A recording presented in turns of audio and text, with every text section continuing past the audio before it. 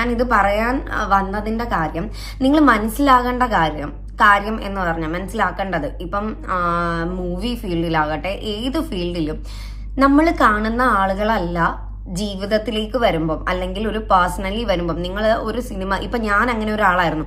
ഞാൻ എല്ലാ സിനിമയും മുടങ്ങാതെ പോയി തിയേറ്ററിൽ കാണുന്ന ഒരാളായിരുന്നു. അതുപോലെ തന്നെ സിനിമ എന്ന് പറയുമ്പോൾ നമ്മളാ ഒരു കണ്ണിലൊരു അത്ഭുതവും അങ്ങനെ ഉണ്ടായിരുന്ന ഒരാളായിരുന്നു ഞാൻ പേഴ്സണലി. പക്ഷെ ഇപ്പൊ ഞാൻ സിനിമ കാണുന്നത് ചുരുങ്ങി. ചിലരുടെ പടം വന്നാൽ ഞാൻ കാണാതായി. അതിനൊക്കെ ഓരോ റീസൺസ് ഉണ്ട് അതിനൊക്കെ.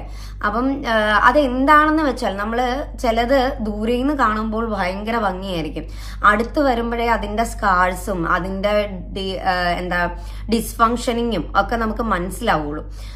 അതുപോലെയാണ് ഇപ്പൊ വിൻസി പറഞ്ഞ കാര്യം. നമുക്ക് വെളിയിൽ നിന്ന് കാണുമ്പം ഭയങ്കര എന്താ പറയാ, ലക്ഷറിയസ് ലൈഫ്, അതുപോലെ തന്നെ ദെയർ ആക്ടിങ് സ്കിൽസ്, അല്ലെങ്കിൽ ദെയർ ഫാൻഡം, ദെയർ സ്റ്റാർഡം, ഇതെല്ലാം കാണുമ്പോൾ നമുക്കും ഓഹ് എന്താ അടിപൊളിയല്ലേ എന്ന് തോന്നിപ്പോകും. പക്ഷേ അങ്ങനെയല്ല എന്ന് പറയാനുള്ള കാരണം, എല്ലാം അങ്ങനെയല്ല.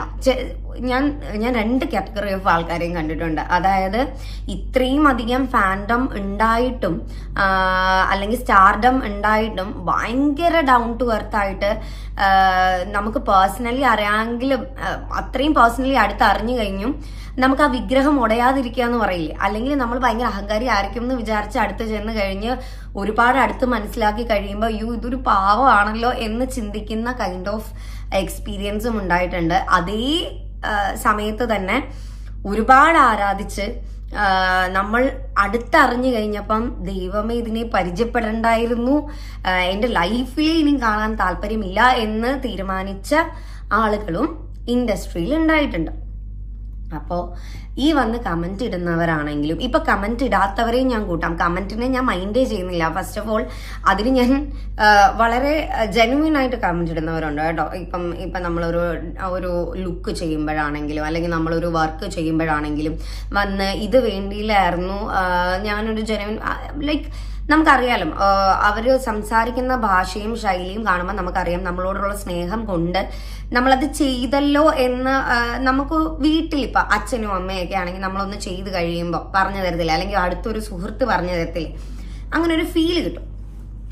ഇപ്പൊ വിൻസിക്കൊക്കെ വന്നതുപോലെ, നീ ആര് സൂപ്പർ സ്റ്റാറോ, നിനക്കിപ്പോ പടം നിരന്ന് നിൽക്കുക, അതിന് വല്ല പടവും ഉണ്ടായിട്ട് വേണ്ടേ.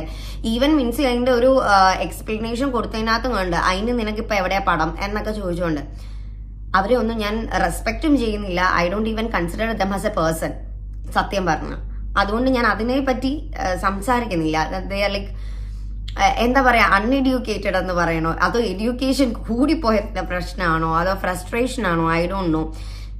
ആൻഡ് വിൻസി പറഞ്ഞ ഒരു കാര്യം ദാറ്റ് ഈസ് വെരി ട്രൂ. കാരണം പടമില്ലായിരിക്കാം. ഇപ്പൊ ഞാനാണെങ്കിലും എന്നോട് കുറെ പേര് പറഞ്ഞിട്ടുണ്ട് അടുത്ത പ്രോജക്റ്റ് എന്താ, ഒന്നുമില്ല, ദർ ഇസ് നോ പ്രോജക്റ്റ്. ഈ പ്രോജക്റ്റ് എന്ന് പറയുന്നത് ഇങ്ങനെ തുരുതുരാ വന്നുകൊണ്ടിരിക്കുന്ന ഒരു സാധനമല്ല. There is lot of category, there is lot of people.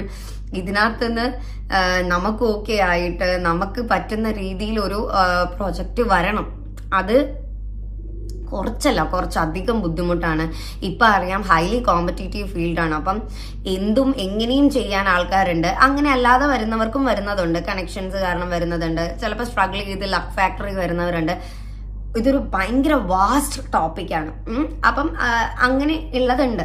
But that doesn't mean ഒരാൾക്ക് വരാത്തത് അയാൾക്ക് കഴിവില്ലാത്തത് കൊണ്ടാണെന്ന് നിങ്ങൾക്ക് വിൻസിനെ പോലെ ഒരു ആർട്ടിസ്റ്റിന്റെ മുഖത്ത് നോക്കി എങ്ങനെ പറയാൻ പറ്റും? ഒരിക്കലും പറയാൻ പറ്റില്ല. ഇറ്റ് ഈസ് ലൈക്ക്, അപ്പൊ നിങ്ങൾ ചിന്തിക്കേണ്ടത് തിരിച്ചാണെന്നാണ് ഞാൻ പറയുക. കാരണം വിൻസിക്കൊക്കെ പടം കിട്ടുന്നില്ല എന്നുണ്ടെങ്കിൽ there is some kind of problem going inside എന്നുള്ളത്.